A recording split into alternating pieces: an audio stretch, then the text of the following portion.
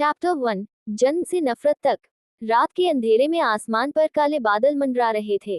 बिजली की चमक के साथ एक चीख गूंजी, बचाओ, और उसी पल एक बच्चे का रोना सुनाई दिया।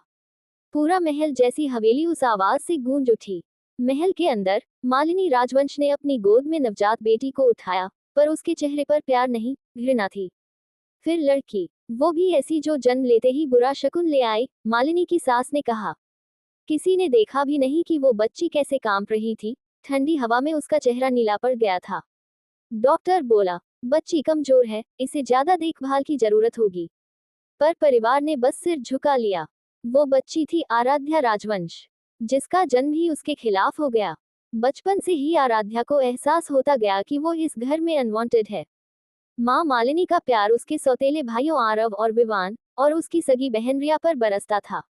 रिया जब भी कोई गलती करती तो मालिनी उसे डांटने के बजाय कहती, कोई बात नहीं मेरी गुड़िया, तेरा तो दिल ही इतना भोला है।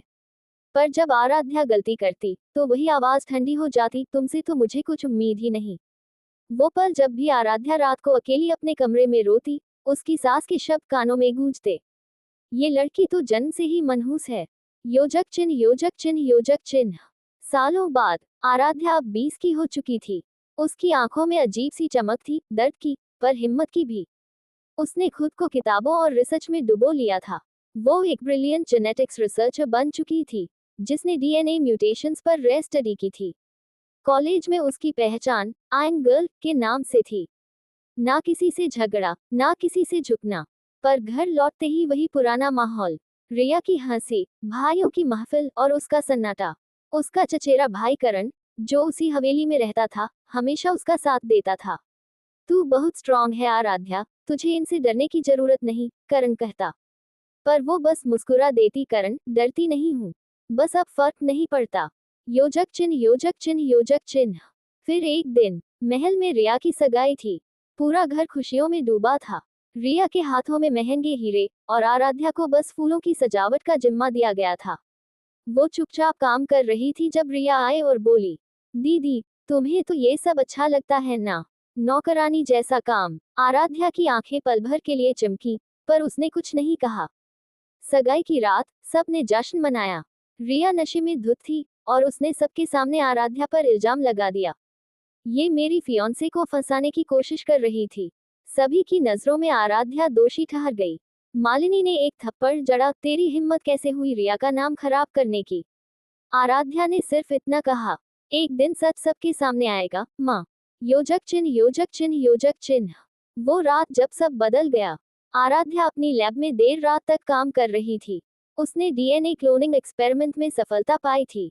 अगर इंसान के डीएनए में बदलाव किया जाए तो उसकी ताकत, सोच और पहचान सब बदली जा सकती है, उसने अपने डायरी में लिखा। उसी रात हवेली में आग लग गई। किसी को नहीं पता कैसे, पर बाद में सबको मिला आराध्या का जला हुआ शरीर। रिया ने सबके सामने कहा, वो खुद एक्सपेरिमेंट करते करते मर गई। पर सच ये नहीं था। सच ये था कि रिया ने खुद उसकी लैब में केमिकल स्पिल करके आग लगाई थी। आराध्या आखिरी सांस में बोली, तुमने मेरा सब कुछ छीन लिया रिया, लेकिन वापसी जरूर होगी। योजक चिन्ह योजक चिन्ह योजक चिन्ह।